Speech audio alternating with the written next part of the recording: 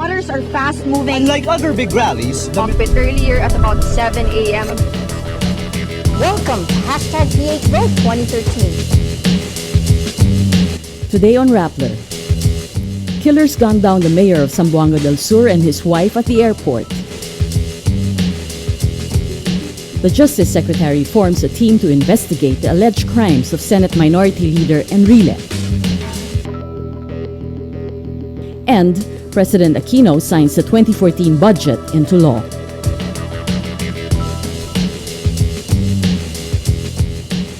Hello, I'm Chai Hofilenia, sitting in for Maria Ressa. Welcome to Rappler, your social news network. The mayor of Zamboanga del Sur was gunned down at the airport Friday. The volley of fire not only killed his wife and nephew, but also an 18-month-old bystander. Carmela Fonbuena reports. It's the third attempt on the life of Balangan Zamboanga del Sur Mayor Ukol Talumpa. They got him this time at the NAIA 3 airport, a place that is supposed to be secure. He, his wife, his nephew, and a baby who just happened to be nearby were killed by motorcycle riding gunmen. The killers pretended to be cops. Nagulat-gulat. Pumunta lang sila dito para magpakasyon. O kasi mga anak niya dito nag-aaral. Masakit talaga kasi mag-asawa sila eh. Naubos talaga silang dalawa. Paano mga anak nila? Si Allah na lang bahala.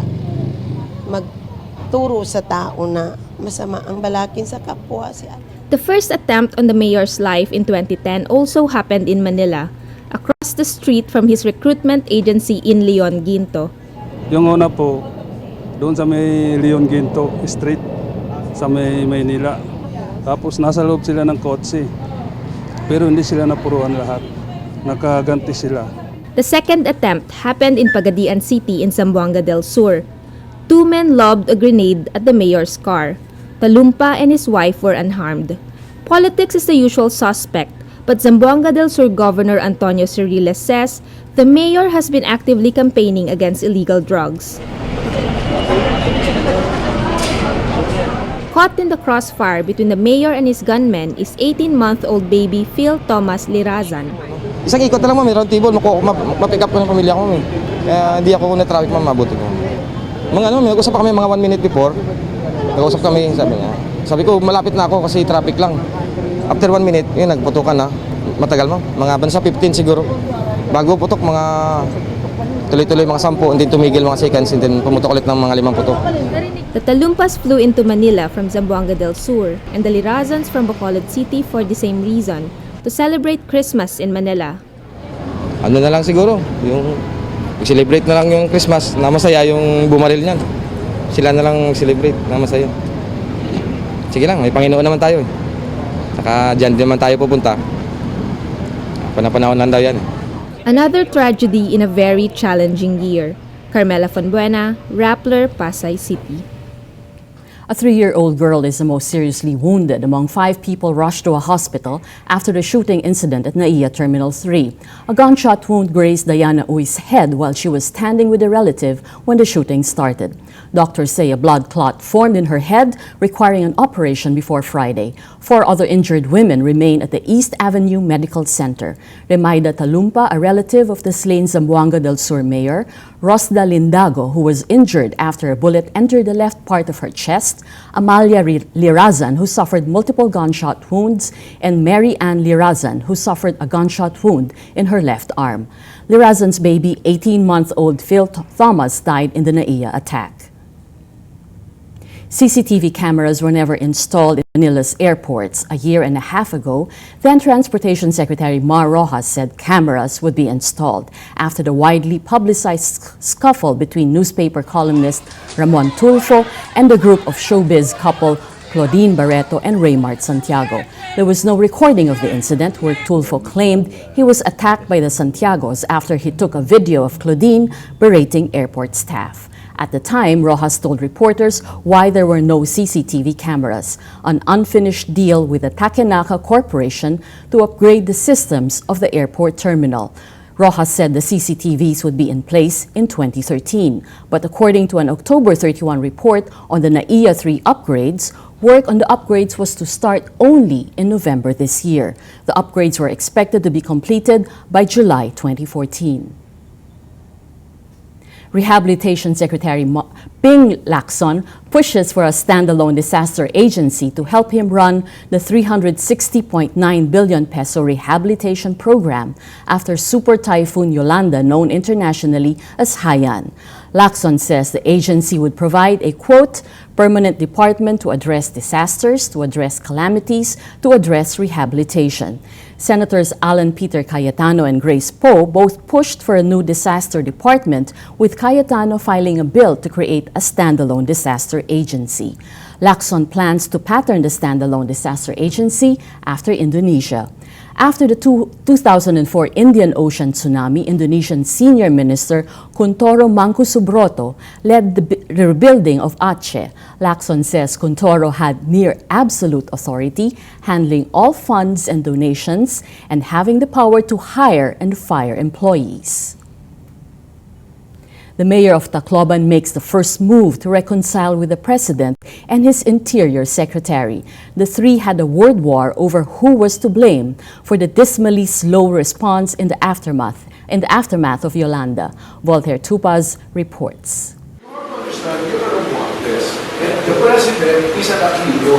President Benigno Aquino sides with Secretary Roxas. He accuses Mayor Alfred Romualdez of spending more time talking to the media than managing the tragedy in Tacloban.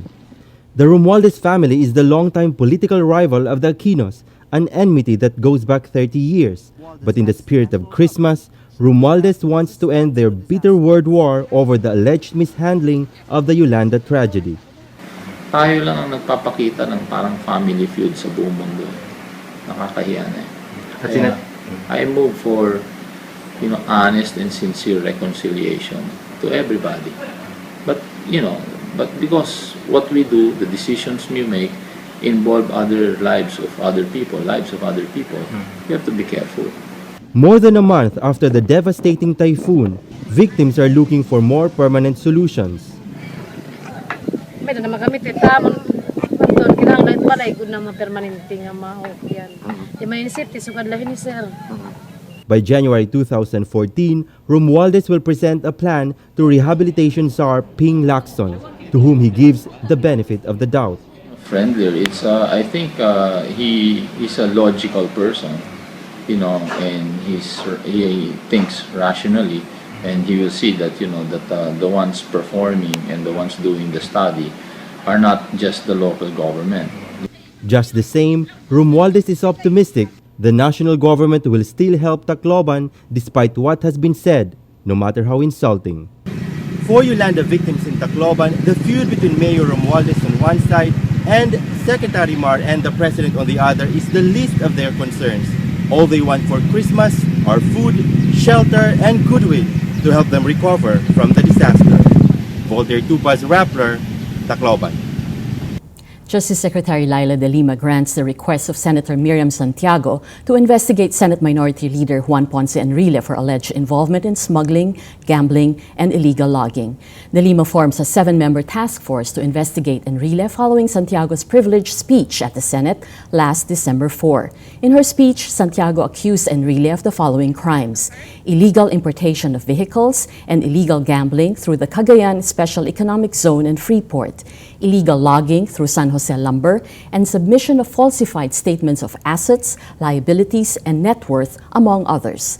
De Lima orders the task force to recommend possible legal action. Santiago delivered the speech in response to the personal attacks Enrile raised in a speech on November 27. Enrile was retaliating for Santiago's allegation that he is the mastermind of the multi-billion pork barrel scam.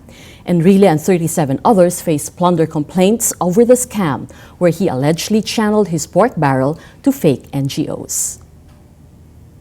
President Benigno Aquino signs into law the 2.265 trillion peso national budget for 2014. The biggest allocations go to education, infrastructure, and local governments. Budget Secretary Florencio Abad says these allocations are, quote, strategic investments in the development of our human capital and our economic services. The 2014 budget also includes a 100 billion peso lump sum rehabilitation fund for calamity-hit areas. Of this amount, 80 billion pesos will be allocated for the government's rehabilitation plans. The remaining 20 billion pesos will be divided among various local government units and agencies. 2014 will also be the first time in decades the budget will not include the pork barrel, which the Supreme Court earlier struck down as unconstitutional. Malacanang earlier proposed a 2.268 trillion peso budget, but the Senate deleted the 3.2 billion peso PDAF of 15 senators and Vice President Jejomar Binay's. Let's now look at Rappler's Wrap for today, a list of the 10 most important events around the world you shouldn't miss. At number 1, the phone hacking trials in Britain reveal voicemails left for Kate Middleton by her then-boyfriend Prince William were hacked by top UK newspaper News of the World. In one message, William uses the pet name Babykins and tells Kate he had almost been shot with blanks while he was undergoing officer training in 2006. When the story was reported in News of the World, the paper said the prince had been shot with blanks, even though this did not actually happen. The paper's former editors have been charged with conspiracy to illegally intercept voicemails. They all deny the accusations. At number 2, U.S. envoy to the United Nations Samantha Power goes to the Central African Republic to call for an end to the violence that killed hundreds and forced about 400,000 people to leave their homes. Central Africa spiraled into chaos after a rebel group overthrew President Francois Bozize in March. Power says the people are in, quote, profound danger. The United States pledges about $100 million in peacekeeping efforts. And at number 10, a billion-pixel camera aims to map the galaxy in greater detail than ever before. Built by Astrium for the European Space Agency, the camera attached to the Gaia telescope is so sensitive that it can detect the width of human hair from 1,000 kilometers away. Scientists hope to learn more about the origin of the universe through the camera's three-dimensional picture of the Milky Way. The camera will be used to build the first accurate charts of the galaxy. For the full top 10, visit Rappler.com's The Wrap. Every story in Rappler has a mood meter, which gives you 8 emotions to choose from. Click how you feel and your vote comes down to the mood navigator in the middle of the front page, which crowdsources the mood of the day. It also gives you the top 10 stories with the most clicks. For today, let's take a look at our top stories. We see a lot of red circles actually. The biggest one is right here, smack in the middle. It says 90% people are angry about the story of Binay at Dasmariñas village, what really happened. And this is followed by another red circle here for a story, 80% angry about an uncle who was 5 minutes late in picking up his nephew, and that nephew died, as we know. And another bigger circle, this is the mayor and wife shot at the NAIA Terminal 3. We have 58% angry, 21% afraid. And another red circle. Over here, we have lawyer Raymond Fortune's wife shot in the cheek. We have 58% angry, 37% sad. Actually, if you put all these emotions together, all contributing to the mood of the day, today, most people are angry. That's Rappler's Newscast for today, Friday, December 20, 2013. Visit Rappler.com and watch our newscast Monday to Friday. Tell us how you feel on our mood meter and help us crowdsource the mood of the day.